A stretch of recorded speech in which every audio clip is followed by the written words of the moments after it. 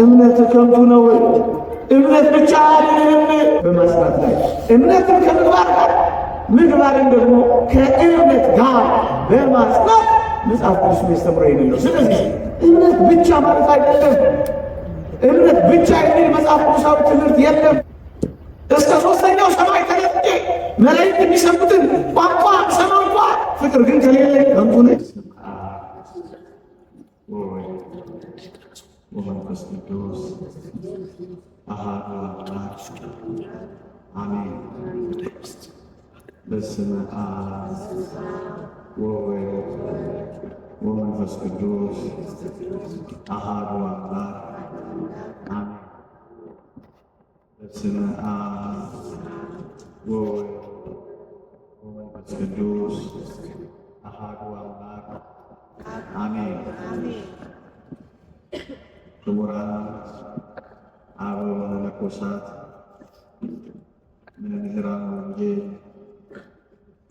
ዘማሪያን፣ የተወደዳችሁ ምዕመናንና ምዕመናት በልዑል እግዚአብሔር ስም እንደምን ሰነበታችሁ? እንደምን አላችሁ?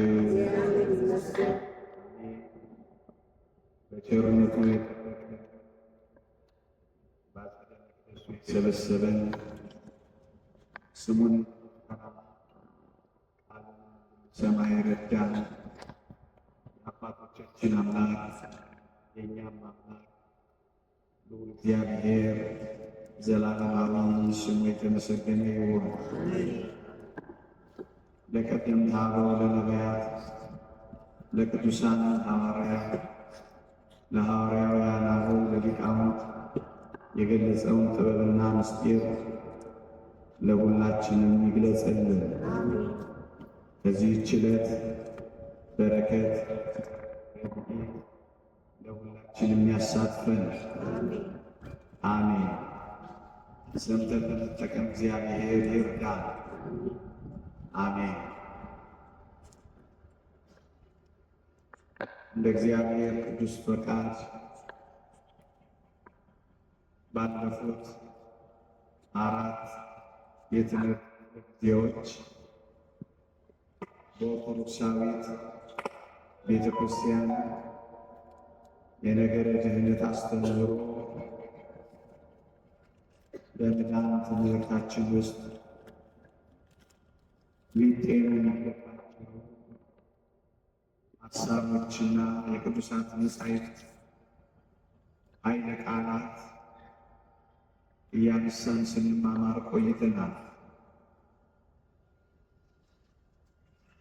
እነዚህ መሰረታዊ ሀሳቦች ናቸው በሰው ልጆች መዳን ሕይወት ውስጥ ለአንዳንዶች ጥያቄ የሚፈጥሩባቸው ሀሳቦች እያነሳን ለ4 ክፍለ ትምህርት ስንማማር ቆይተናል። ዛሬም 5ኛው ክፍል እንደ እግዚአብሔር ቅዱስ ፈቃድ ርዕሰ ጉዳይ ለማንሳት እሞክራለሁ። እናንተን ለማስታወስ ያክል በመጀመሪያው ክፍለ ትምህርት ብዙዎች ለመዳናችን እምነት ብቻ ነው እንጂ ምግባር፣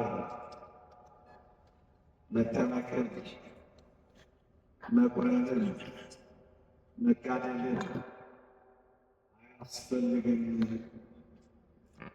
ብለው ከሚያነሷቸው ሀሳቦች አንዱ ጌታችን ቀኝ የተሰቀለው ወንበዴ ነበርና ይህንን እንዴት አድርጎ ዳነ፣ እንዴት ዳነ በሚል ርዕሰ ጉዳይ የቅዱሳት መጻሕፍትን ኃይለ ቃላት ምስጢር ከሊቃውንት ጋር አስማምተን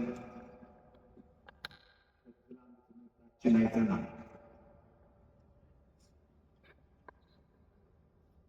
እነሱ እንደሚሉት ወይ አንዳንዶች እንደተረዱት በማመን ብቻ የጋራ ለማስገንዘብ ሞክረናል። ምክንያቱም በመስቀል ላይ ያለ ሰው ንስሐ መግባቱን መጸጸቱን አይተናል። ራሱን መውቀሱን ተመልክተናል። ስለተወደደው መድኃኒታችን ኢየሱስ ክርስቶስ ምስክርነት መስጠቱን አስተውለናል። ከሁሉ በላይ የውሃ ጥምቀት እና ምስጢረ ቁርባን በቤተ ክርስቲያን በሚፈጸምበት ጊዜና ቦታ አልነበረም ብለን ተመካክረናል። ደግሞ ደመ ማኅተሙ እሱ ቁርባኑ ሆኖለት ለመዳን በቅቷል ብለናል። ቤተ ክርስቲያን የለችም እንዳይሉ ቤተ ክርስቲያን በመስቀል ላይ ምስረታ ላይ ናት። ካህን የለም እንዳይሉ ሊቀ ካህናቱ ኢየሱስ ክርስቶስ አጠገቡ ነው። አልተጠመቀም እንዳይሉ ከክርስቶስ የሞት ጥምቀት ጋር ተባባሪ ሆኗል። አማናዊውን የሞት ጽዋ ከጌታችን ጋር ተጎንጭቷል። ደግሞ ከአዳም ጋር የሚቆጠር ነው ብለን አንስተናል። አዳምንና በሲኦል የነበሩ ነፍሳትን የውሃ ጥምቀት ይጠመቁ በቤተ ክርስቲያን ተሰልፈው ይቁረቡ እንደማይባሉ ከአዳም ወገን የሚቆጠር ነው ብለን በርካታ ማስረጃዎችን አቅርበን እንዴት ዳን የሚለውን ትምህርት አጠናቀናል። የቅዱሳት መጻሕፍትን ምስጢር ለሚመለከት ይህን ሰው በእምነት ብቻ ነው የዳነው አይደል። በሁለተኛው ክፍለ ትምህርታችን በመዳን ትምህርት ኦርቶዶክሳዊ ቤተ ክርስቲያን የሚለያትን አንድ ነጥብ ሰፋ አድርገን ሞግተናል።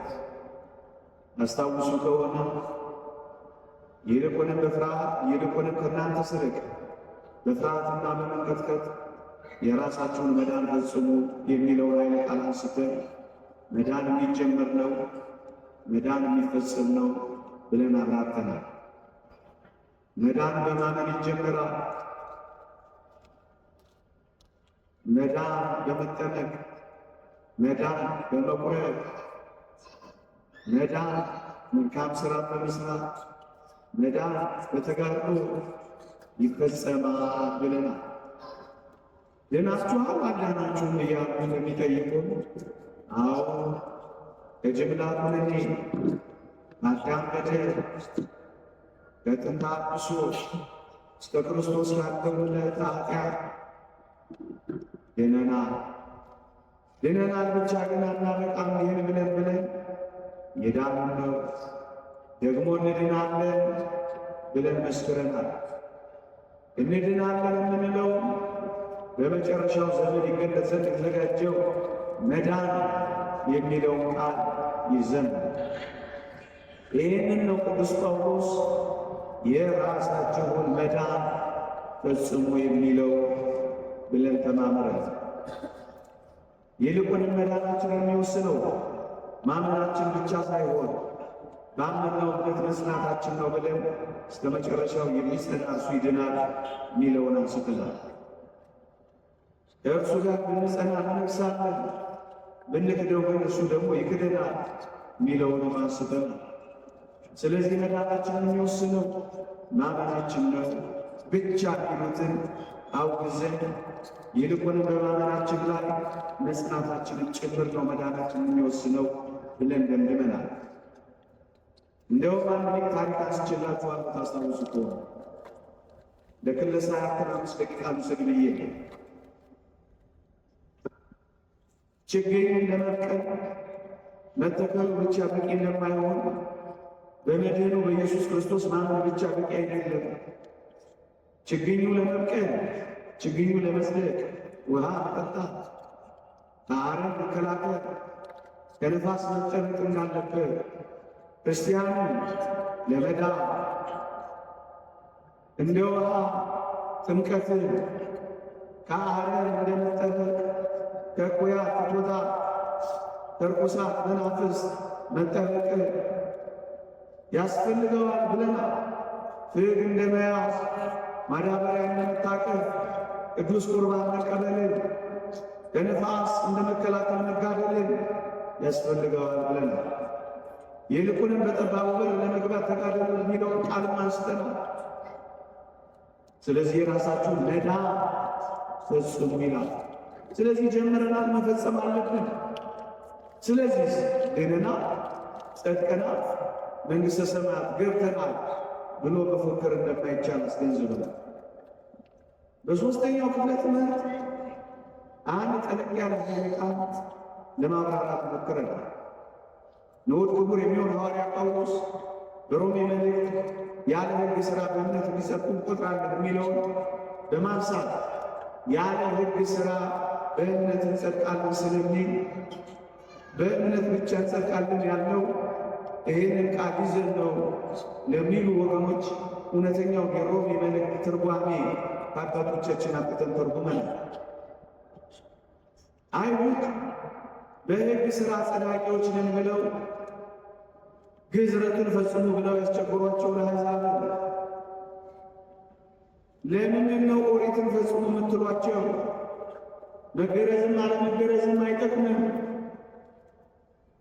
ብሎ ያለ ሕግ ሥራ ያለው ያለ ኦሪት ማለቱ እንጂ ትእዛዛትን መጠበቅ አስርቱ ሕግጋትን መያዝ መልካም ክርስቲያናዊ ሥራ መስራትን አይጠቅምም እያለ አይደለም ብለን ሁለት ሶስት ማስረጃዎችን ከዚያም በላይ ነጥቦችን ጠቅሰን ያለ ሕግ ሥራ በእምነት እንዲጸድቁ እንቆጥራለን ማለት ትእዛዝ እግዚአብሔርን መጠበቅን መልካም ክርስቲያናዊ ሥራ መስራት ለጽድቅ አይጠቅምም የሚሉትን አፋቸውን ለማዘጋት ሞክረናል። አራተኛውና ያለፈው ሳምንት ያየነው ቢሆንልኝ በሚል ኃይለ ቃል ተነስተን ይሄ ደግሞ ክርስቲያን ልክ ያመነለት መዳኑን ያረጋገጠ ነው ለሚለው አንዴ የዳነ በዘላለም የዳነ ነው ለሚለው የተሳሳተ የነገረ ድኅነት አስተምህሮ ከቅዱሳት መጻሕፍት ምስክርነት በመጥቀስ ለማስተማር የሞከርነው ነው። ዛሬ ደግሞ እግዚአብሔር ቢፈቅድ ለሚቀጥሉ ጥቂት ደቂቃዎች አንድ ብዙዎች የተሰናከሉበትን ሐሳብ በጥቂቱ ለማንሳት እሞክራለሁ። እግዚአብሔር ከሁላችንም ጋር ይሁንልን። ቅዱስ ጳውሎስና ቅዱስ ጴጥሮስ ርዕሳችን ሁለቱም የጌታችን የመድኃኒታችን የኢየሱስ ክርስቶስ ደቀ መዛሙርት ናቸው። ቅዱስ ጳውሎስና ቅዱስ ያዕቆብ ርዕሴ ነው። ጴጥሮስ ያልኩት በስህተት ነው። አንዳንዶች በቅዱስ ጳውሎስና በቅዱስ ያዕቆብ መልእክታት መካከል ልዩነት እንዳለና የተጣሉ ሐሳቦች እንዲሆኑ አድርገው ለማመታታት ይሞክራሉ። እንዲህ ብለው ያስባሉ። ቅዱስ ጳውሎስ በእምነት ብቻ እኮ ብሎ አስተምሯል ብለው ይሞግታል።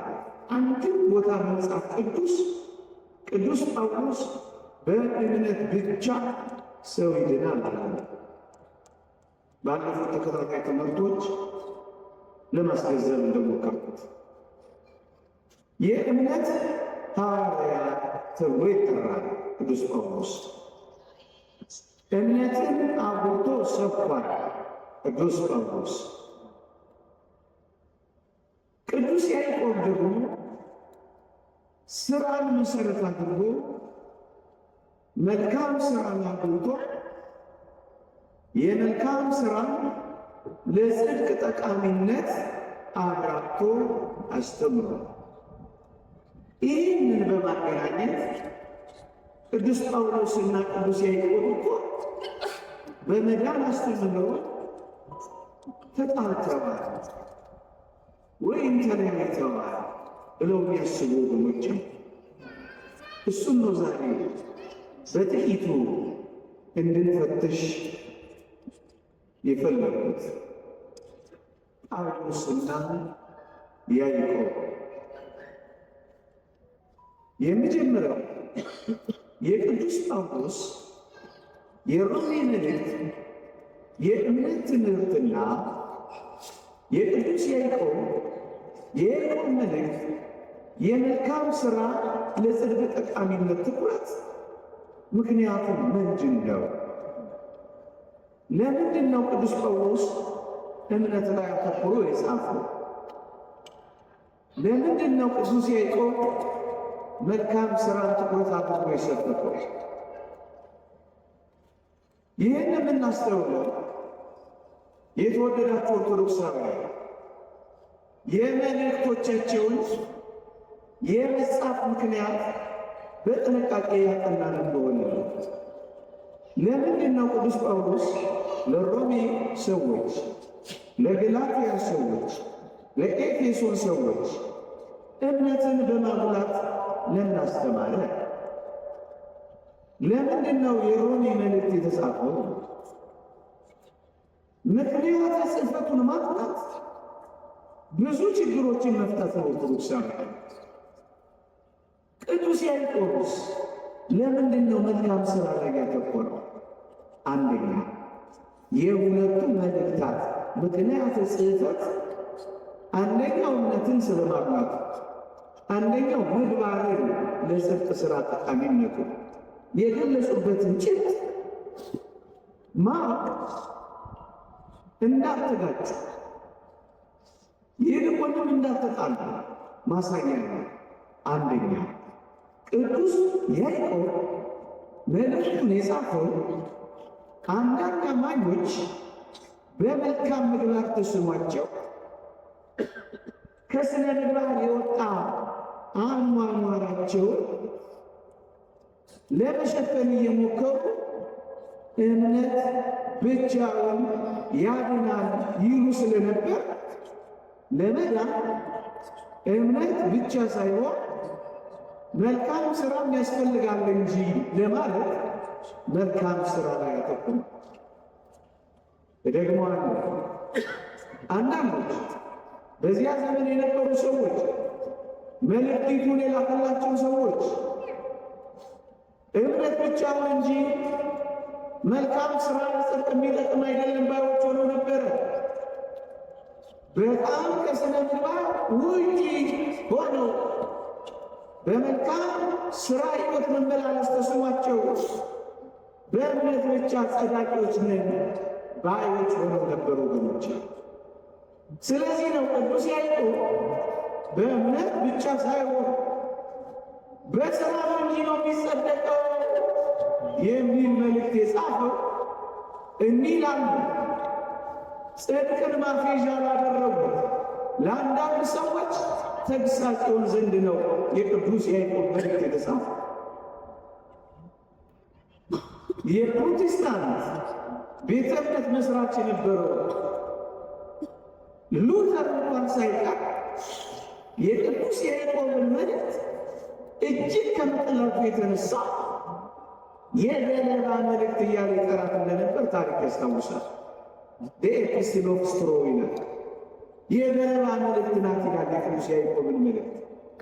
ምክንያቱም ራሱ ሉተር ዲያብሎስ ይጫወትብኛል እስኪል ድረስ በአሳዛኝ የስነ ምግባር ድቀት የገጠመው ሰው ነበር። ስለዚህ ይሄን መሸፈኛ ለማድረግ የቅዱስ ያዕቆብን መልእክት ገለባ እያለ እስከ መጥራት የደረሰ ሰው ነበር።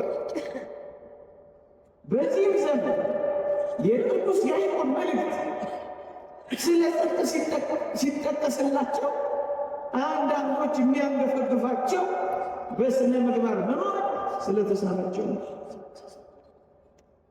ለምንድን ነው የጻፈው ቅዱስ ያዕቆብ?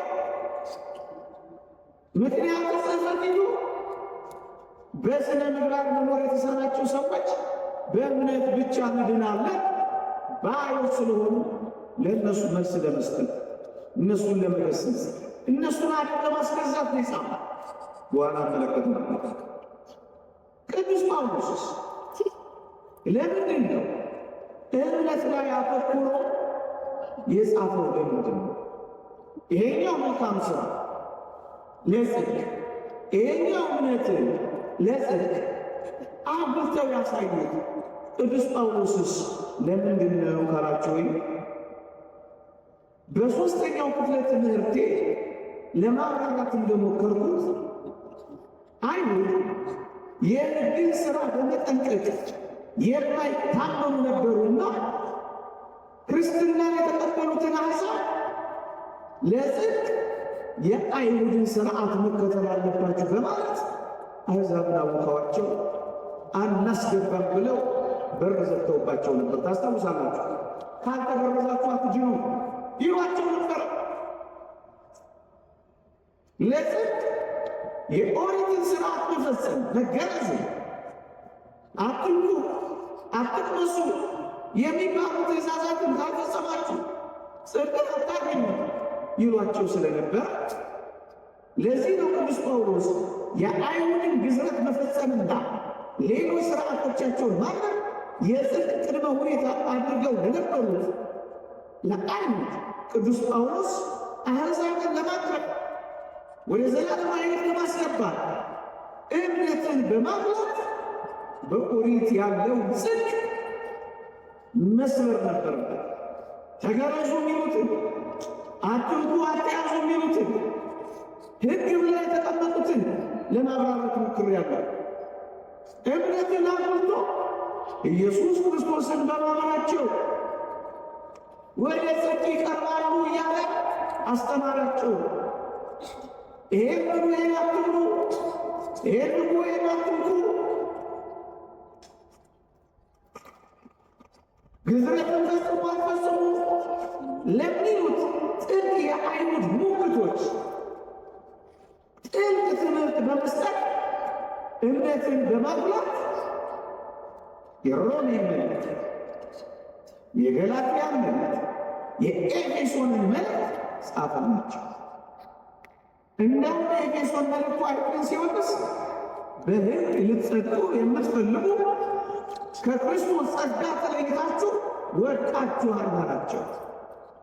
ወንጌልን ገፍትረው ኦሪታችን ብቻ ስላሉ እምነትን አባረው ኦሪትን ስላያዙ፣ ለዚህ ነው ቅዱስ ጳውሎስ አሕዛብን ለማቅረብ በኢየሱስ ክርስቶስ ስለማመን አጉልቶ ያስተማራቸው። ካመኑ በኋላ መልካም ምግባር መስራትን እንደሚቀጥሉ ያብራራላቸው። ይሄን በኋላ አሳያችኋለሁ። የቅዱስ ጳውሎስና የቅዱስ ያዕቆብ ትምህርት ግን ይታወቃል፣ ይለያያል። ሁለተኛው ነጥብ ነው። የመጀመሪያው የጽሕፈቱን ምክንያት መፈተሽ ነው። ሁለተኛው የቅዱስ ያዕቆብና የቅዱስ ጳውሎስ መልእክት እውነት አንዳንዶች እንደሚሉት የሚጣላ እርስ በርሱ የሚጋጭ ነው፣ የሚጣረስ ነው። አንዱ ለጽድቅ እምነትን ብቻ፣ አንዱ ለጽድቅ መልካም ሥራን ብቻ የሚል ነው መጽሐፍ ቅዱስ እነዚህን ያስቀመጠው አይደለም። እና እንዴት ነው? የሁለቱንም ትምህርቶች እያነጻጸርኩ ላቅርብላችሁ። እግዚአብሔር ከሁላችንም ጋር ይሆንልን። የቅዱስ ያዕቆብ የመልእክቱን ጭብጥ መጀመሪያ ላቅርብላችሁ። እንዲህ ይላል፣ እምነት አለኝ የሚል ሥራ ግን የሌለው ሰው። የያዕቆብ መልእክት ምዕራፍ 2 እምነት አለኝ የሚል ስራ ግን የሌለው ሰው ቢኖር ምን ይጠቅመዋል? ወገኖቼ ስሙ። እምነት አለኝ እኔ፣ መልካም ስራ ግን የሌለው ሰው እምነት ምን ይጠቅመዋል ይላል ቅዱስ ያዕቆብ። ይቀጥልና እምነት ውስጥ ሊያድነው ይችላል አምኗል፣ መልካም ስራ ግን አጥቷል። እምነቱ ሊያድነው ይችላል አይችልም። ምክንያቱም መልካም ስራ የሌለው እምነት ብቻው ነው ማለት ነው። እንዲህ ይቀጥላል። ወንድም ወይም እህት ራቁታቸውን ቢሆኑ የዕለት ምግብ ቢያጡ ከእናንተ አንዱ በደህና ሂዱ፣ እሳት ሙቁ፣ ጥገቡ ቢሏቸው ለሰውነታቸው ግን የሚያስፈልጋትን ባትሰጧቸው ምን ይጠቅማቸው ይላል። አማኝ ግንስ የተራቆተ አይቶ ካላለበሰ፣ የተራበ አይቶ ካላበላ፣ የተጠማ አይቶ ጠጥቶ አጠጥቶ ካላረካ፣ ጥገቡ፣ ሞቁ፣ እርዱ ብቻ ቢላቸው ይልቅስ የሚያስፈልጋቸው መልካም ሥራ ታብስባላቸው ምን ይጠቅማቸው? አያችሁ፣ የተወደዳችሁ ኦርቶዶክሳውያን፣ ቅዱስ ያዕቆብ ትኩረት ያደረገው እምነት ብቻ አያድንም። እናስ ወንድም እህት ማሰብ ነው የሚለው። የተወደዳችሁ ኦርቶዶክሳውያን፣ ወንድም እህትን ማሰብ ፍቅር አይደለም? መልካም ስራ ሰዎች እንዲሰሩ የሚያደርጋቸው ፍቅረ እግዚአብሔርና ፍቅረ ቢስ አይደለም?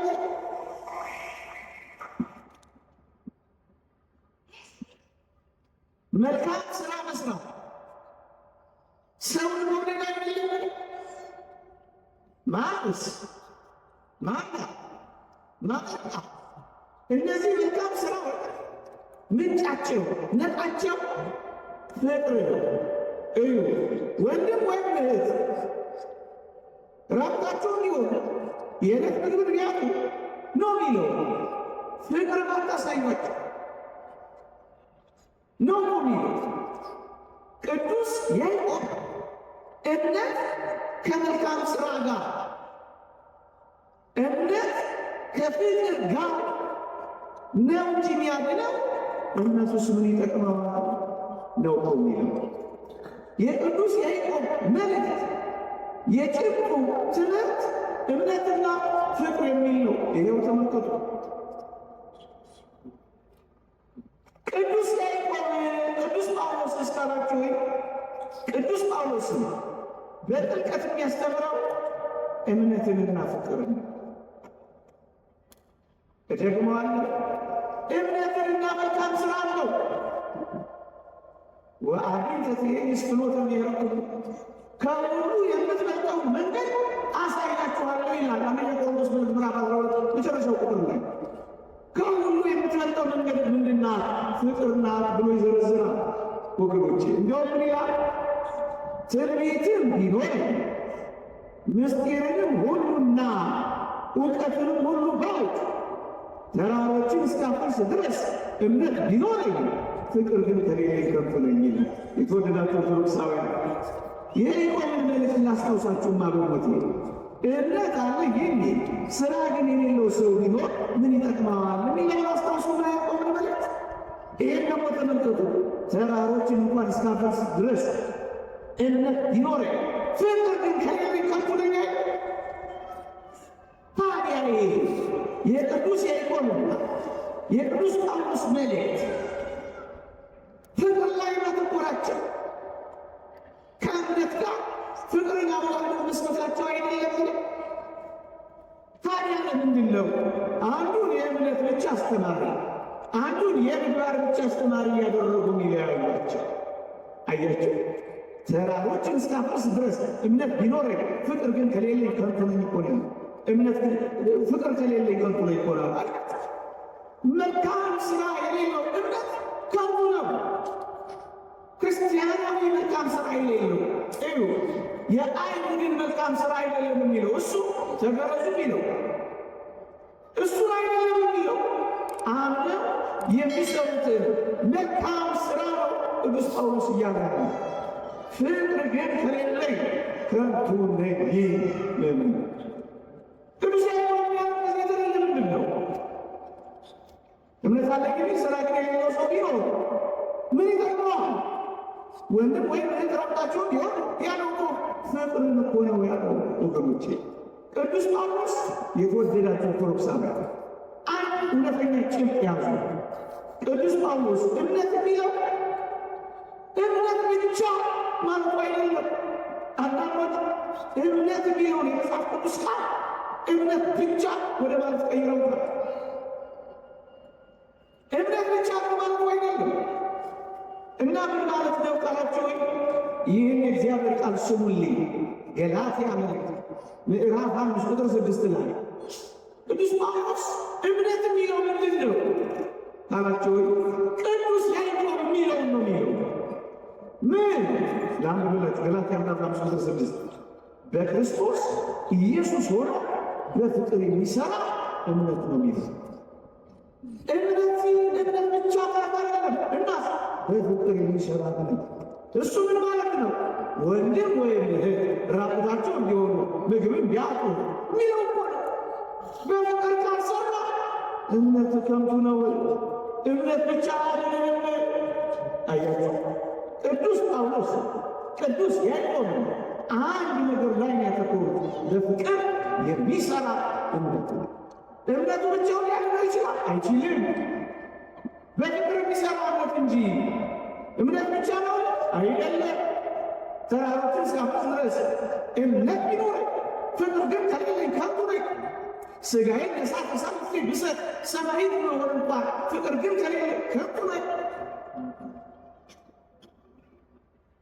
እስከ ሦስተኛው ሰማይ ተነጥቄ መላእክት የሚሰሙትን ቋንቋ ብሰማ እንኳን ፍቅር ግን ከሌለኝ ከንቱ ነኝ። እንደሚሸዋሽን ጠላትን እሞኛለሁ፣ ከንቱ ነኝ። አየህ። ስለዚህ ምንድን ነው ትኩረታቸው? በፍቅር የሚሰራ እምነት። እምነት ማለት ምንድን ነው? በፍቅር የሚሰራ እምነት ነው። እምነት ብቻ ማለት አይደለም፣ ስራ ያለበት እምነት ማለት ነው። ስራ የተዋሃደው እምነት ማለት ነው። መልካም ስራና እምነት እንደ ሰርግና እንደ ፈትል የተዋሃዱለት ማለት ነው። ይህን ማለት ነው። ለዚህ ነው ቅዱስ ጳውሎስ የቆሮንቶስን መልእክት ምዕራፍ 13 ሲል ያጠቃልላል። እምነት፣ ተስፋ፣ ፍቅር እነዚህ ጸንተው ይኖራሉ፣ ፍቅር ግን ይበልጣል ከሁሉ የሚለው ለዚህ ነው። ቅዱስ ያዕቆብን ያተኮረ ፍቅር ነው። ቅዱስ ጳውሎስን ያተኮረ ፍቅር ነው። ወገኖች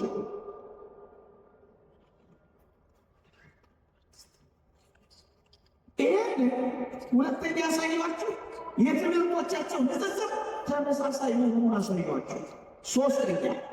ሶስተኛ በተለይ ቅዱስ ጳውሎስ መልእክታቱን እንዴት አድርጎ እንደጻፈ ላሳያችሁ። በመልእክታቶቹ መጀመሪያ ቅዱስ ጳውሎስ ማመንን ያስቀድምና ከዚያ በኋላ ምግባርንና ፍቅርን ማስከተሉ ልማድ ነው። ቅዱስ ያዕቆብ የሚያደረገው ይህንን ነው ወገኖች። እደግመዋለሁ፣ እምነትን ያስቀድማል፣ ከዚያስ ፍቅርንና ምግባርን ያስከትላል። ሁለት አብነቶችን ልስጣችሁ፣ ሁለት ምሳሌዎችን ላቅርብላችሁ። አንደኛ የዕብራውያን መልእክት ስታነቡ ዕብራውያን መልእክት ቅዱስ ጳውሎስ ከምዕራፍ 1 እስከ ምዕራፍ 11 ድረስ ስለ እምነት ያስተምራል። ከምዕራፍ 12 በኋላ ደግሞ ስለ ምግባር ያስተምራል። ምን ማለት መስላችሁ? እምነትን ከምግባር ነው። ይህንን ከፍለን የምናነበው አይደለም፣ አንድ ላይ ነው የምናነበው። ኦርቶዶክሳውያን መጽሐፍ ቅዱስን የሆነ ጥቅስ ገንጥላቸው፣ መጽሐፍ ቅዱስን የሆነ ምዕራፍ፣ መጽሐፍ ቅዱስን የሆነ መልእክት ከፍለን አይደለም የምናየው። ሙሉን ነው እኛ መጽሐፍ ቅዱስን የምንረዳው። ለዚህ ነው እስከ ምዕራፍ 11 ድረስ ስለ እምነት ያስተምርና ከ11 በኋላ ያለውን ደግሞ ስለ ምግባር፣ ስለ ፍቅር ያስተምራል። ከሚያዝኑ ጋር ዞም ይላል ቅዱስ ጳውሎስ ሮሜ መልእክትም ላይ ብትሄዱ ይህንን ነው የምታገኙት።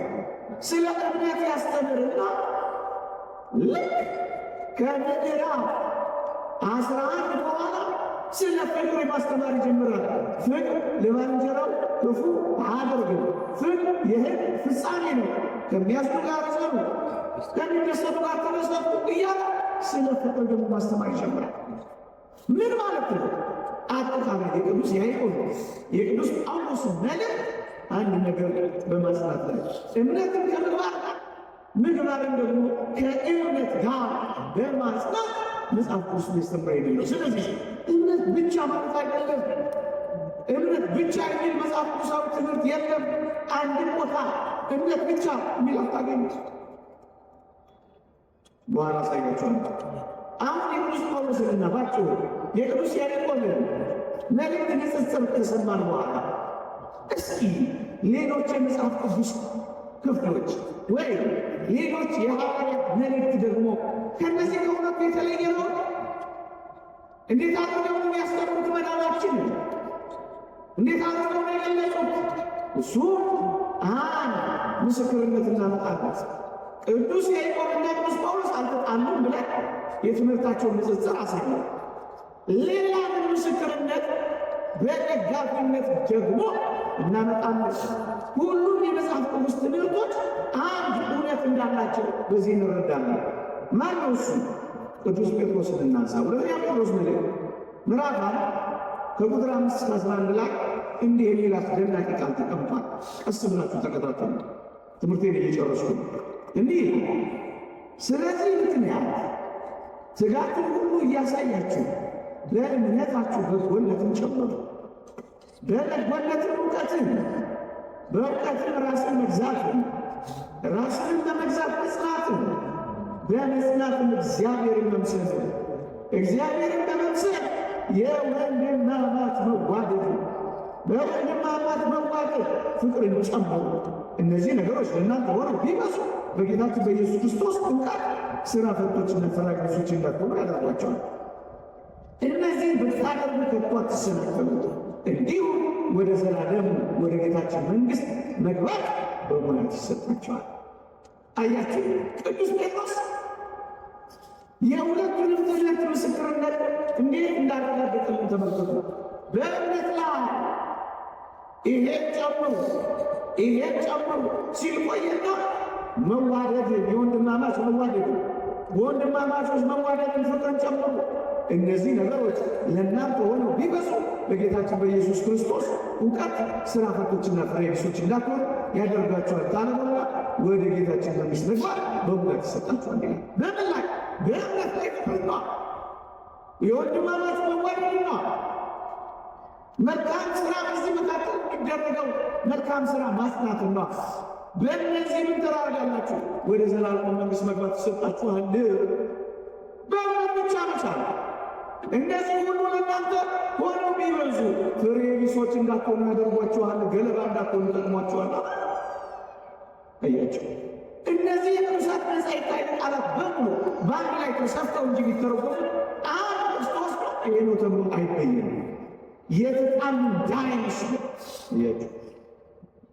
የመጨረሻው የተጣሉ እንዳይመስል ቅዱስ ያዕቆብ ቅድም ብያችኋለሁ፣ መልካም ሥራ ላለማድረግ ወገኖቼ ይሸሹ የነበሩትን መልካም ሥራ ሲያጣቸው በእምነት ብቻ እንድናለን ባዮች የወቀሰበትን የተጣሉ እንዳይመስለን እጅግ አስደናቂ ትምህርት አንስቶ የቋጨበትን ኃይለ ቃል ላንሳና ለዛሬ ናቸው። ሁለቱም አንድ ስለሆነ ሃይማኖት አብርሃምን አንስቷል። አሕዛብን ወደ ጽድቅ ለማምጣት አብርሃም አመነ፣ ጽድቅም ሆኖ ተቆጠረለት ብሎ በሮሜ መልእክት ምዕራፍ 4 ላይ ቅዱስ ጳውሎስ አንስቷል። አብርሃምን ምክንያት አደረገ። ቅዱስ ያዕቆብ ደግሞ አብርሃም አመነ፣ ጽድቅም ሆኖ ተቆጠረለት የሚለው በማመኑ ብቻ የተወሰነ አይደለም፣ ሌላም ልዩ ታሪክ አለው እንጂ አለና ቅዱስ ያዕቆብ አብርሃምን የሚያጥር አንድ ምስጢር አመጣ። ቅዱስ ያዕቆብ ማነው? ቅዱስ ጳውሎስ አሕዛብ ሳያምኑ መልካም ሥራ ስለማይሰሩ መጀመሪያ ይመኑ አለና አብርሃምን አመጣ። በማመኑ የአብርሃም ልጆች እንደሚሆኑ አስረዳ። ቅዱስ ያዕቆብ ደግሞ እንዲህ አለ፣ የያዕቆብ መልእክት ምዕራፍ 2 ነው። እንዲህ ለዛሬ የመጨረሻው ኃይለ ቃል ነው። እንዲህ አባታችን አብርሃም ልጁን ይስሐቅን በመሠዊያ ባቀረበ ጊዜ በሥራ ይጸድቅ አልነበረም ይላል።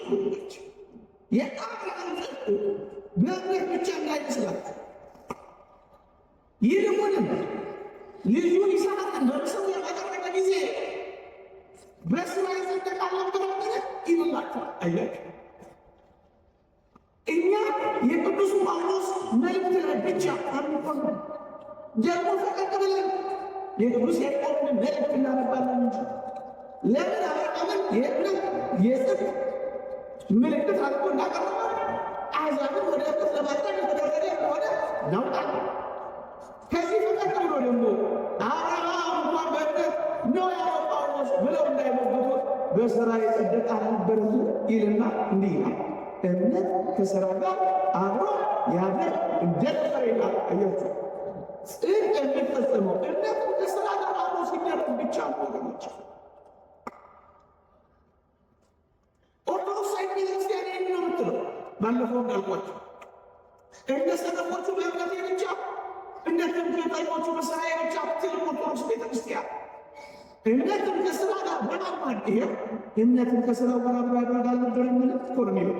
አብርሃም አመነ፣ ወጣ፣ አምኖ ሰውን ቀረ፣ በመውጣቱ መልካም ሥራ በመስራት አረጋገጠ። አሁን ያደርገው ሙት በሆነ በሥራ ማኅፀን ይስሐቅን እንደሰጠው ያመነው አብርሃም ቢሞት እንኳን እንደሚያስነሳለት በማመኑ ምክንያት በሥራ አረጋገጠ። አሁን ያደርግ ነበር። ጽድቅ የሚፈጸመው እምነትን ከሥራ ጋር አብሮ በማድረግ ነው። እምነት ከፍ ያለ ጽድቅ ያነሳ አይደለም። አሁን ያደርግ ነበር። እምነት ከሥራ ጋር አብሮ ያደርግ ነበር። በሥራ እምነት እንደተፈጸመ ትመለከታለህ አይደል?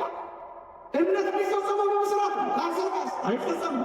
ለዚህ ነው ቅዱስ ያዕቆብ ሂዱ፣ ሙቁ፣ ጥገቡ፣ እርኩ ብትሏቸው የሚያስፈልጋቸው ባትሰጧቸው ምን ይጠቅማቸዋል?